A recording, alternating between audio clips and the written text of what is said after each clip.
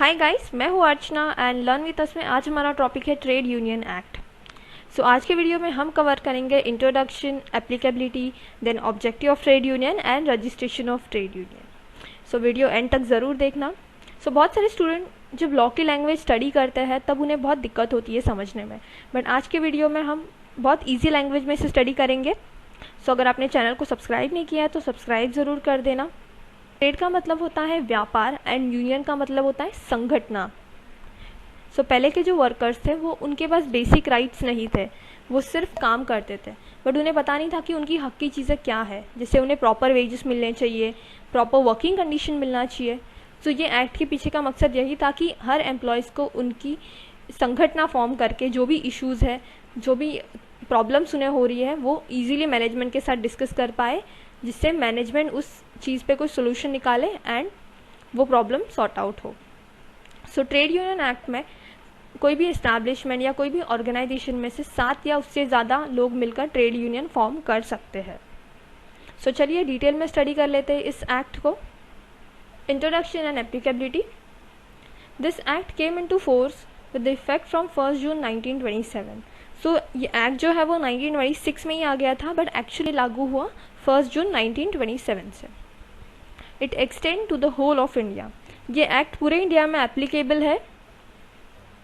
A trade union is an organization of worker acting collectively who seek to protect and promote their mutual interest through collective bargaining. So organization में जो trade union है वो एकत्रित होकर अपने मुद्दों को मैनेजमेंट के सामने डिस्कस करेगी। सो कुछ इंपॉर्टेंट कंसेप्ट देख लेते हैं। Trade union.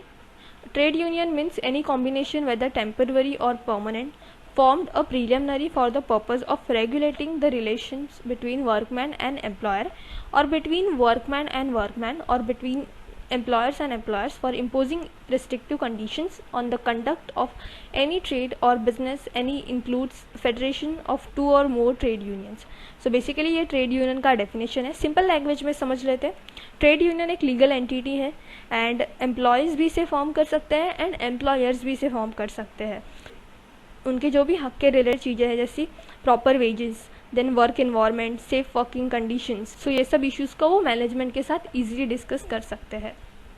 Registered trade union. और registered trade union means trade union register under this act. So registered trade union, जो यूनियन ने ये एक्ट के अंडर अपनी यूनियन को रजिस्टर किया हो, उस यूनियन को रजिस्टर्ड यूनियन कहा जाता है। Objective of trade union. So first है to improve the working condition at work place. So trade union का यही ऑब्जेक्टिव है कि वर्क कंडीशन रिलेटेड जो भी प्रॉब्लम्स है, इश्यूज़ है, इनको मैनेजमेंट के साथ डिस्कस करना है कि वो मैनेजमेंट उन्हें इम्प्रूव करे, ऑर्गेनाइजेशन में सिस्टम और ज़्यादा इम्प्रूव हो।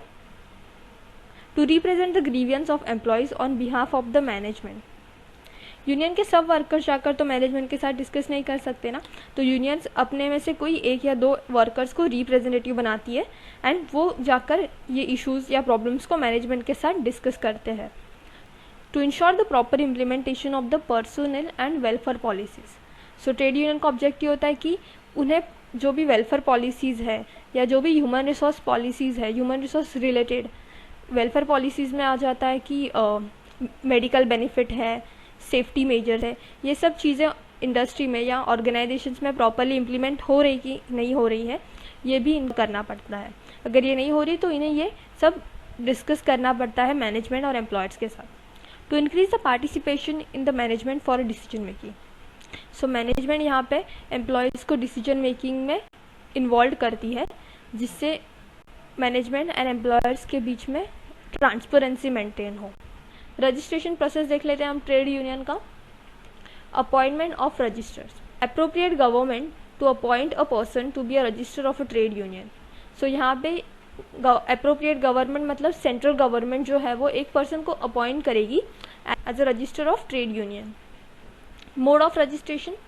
Any 7 or more person who wants to form a trade union can apply for its registration to the registration of trade union है। 7 या उससे ज़्यादा लोग मिलकर ट्रेड यूनियन फॉर्म कर सकते हैं एंड उसको रजिस्टर्ड कर सकते हैं। Application of registration. Every application for the registration of a trade union shall be made to the registers and shall be accompanied by a copy of the rule of trade unions.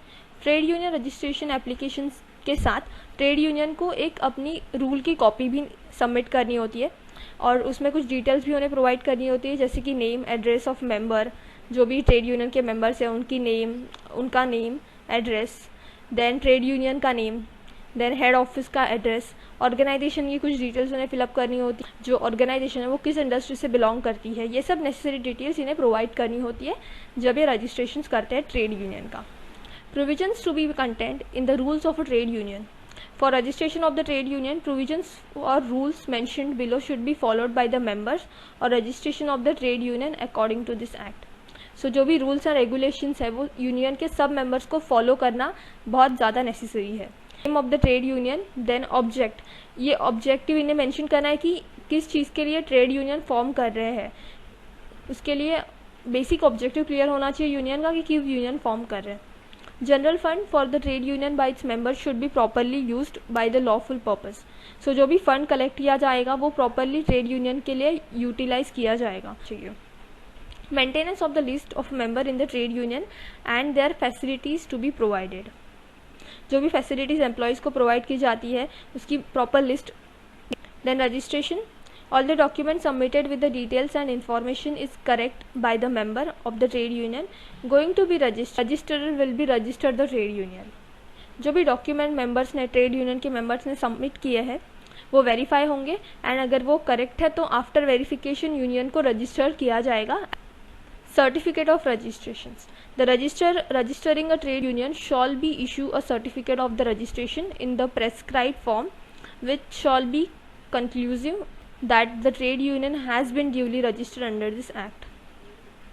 So after registration process trade union अपना certificate जो है वो issue करेंगे register से। Register मतलब जो person appropriate government ने appoint किया है रजिस्ट्रेशन प्रोसेस के लिए। Then recognisation of union, so recognised union and registered union, ये दोनों चीज़ डिफरेंट है, तो don't be confused in that. So मैं बताती हूँ कि रजिस्टर्ड यूनियन जो होती है जो सिर्फ उन्होंने एक्ट के अंडर रजिस्टर किया हो, बट रिकॉग्नाइज्ड यूनियन वो होती है जिनको मैनेजमेंट ने रिकॉग्नाइज किया हो, मैनेजमेंट में कुछ उनको एक्स्ट्रा एडवांटेज या राइट्स दिए हो। सो हम देख लेते कि कैसे होता है ये concept. When there is a more than one union, a union claiming the recognition should have been functioning for at least a year. More than one union मतलब एक से ज़्यादा यूनियन है जो क्लेम करी है रिकॉग्नाइज्ड यूनियन के लिए। सो उसमें से कोई भी यूनियन ने एटलीस्ट 1 साल तक कुछ काम किया हो एज ए यूनियन, उस यूनियन को पूरा हक है क्लेम करने का। The membership of the union should be cover at least 15% of the worker for the establishment. जो यूनियन जो है जो क्लेम कर रही है उनमें से 15% वर्कर जो है वो उसी इस्टेब्लिशमेंट से होनी चाहिए। फॉर एग्जाम्पल अगर मेरे 100 एम्प्लॉयज़ है, सो 100 में से एटलीस्ट 15% तो लोग मैंने कवर किए हो उसी इस्टेब्लिशमेंट मतलब उसी ऑर्गेनाइजेशन के। Once the union is recognised there will not be any changes in that positions. एक बार आपकी यूनियन रिकॉग्नाइज्ड यूनियन हो जाती है देन फिर आपकी जो भी पोजीशंस है उसमें कोई चेंजेस नहीं आएंगे आप। So rights of recognised union to raise the issue and to enter into collective agreement with the employers. So यहाँ पे रिकॉग्नाइज्ड यूनियन जो है वो कलेक्टिवली मतलब मिलकर किसी एडिशंस के या कोई इंडस्ट्री के इश्यूज़ है उनको पूरा हक है कि वो मैनेजमेंट के साथ बैठकर उस चीज़ को डिस्कस करें। To collect membership fees and subscription payable by the member to the union. So यहाँ पे रिकॉग्नाइज्ड यूनियन को पूरा हक होता है कि वो मेंबरशिप फीस कलेक्ट करे यूनियंस के मेंबर से। To put up or cause to be put up on a notice board and notice related to meeting and statement of account of income and the expenditure। जो भी union के expenditure है मतलब खर्चा and जो भी income है उसकी डिटेल जो है वो उन्हें नोटिस बोर्ड डायरेक्टली वर्कर से कम्युनिकेट करनी है।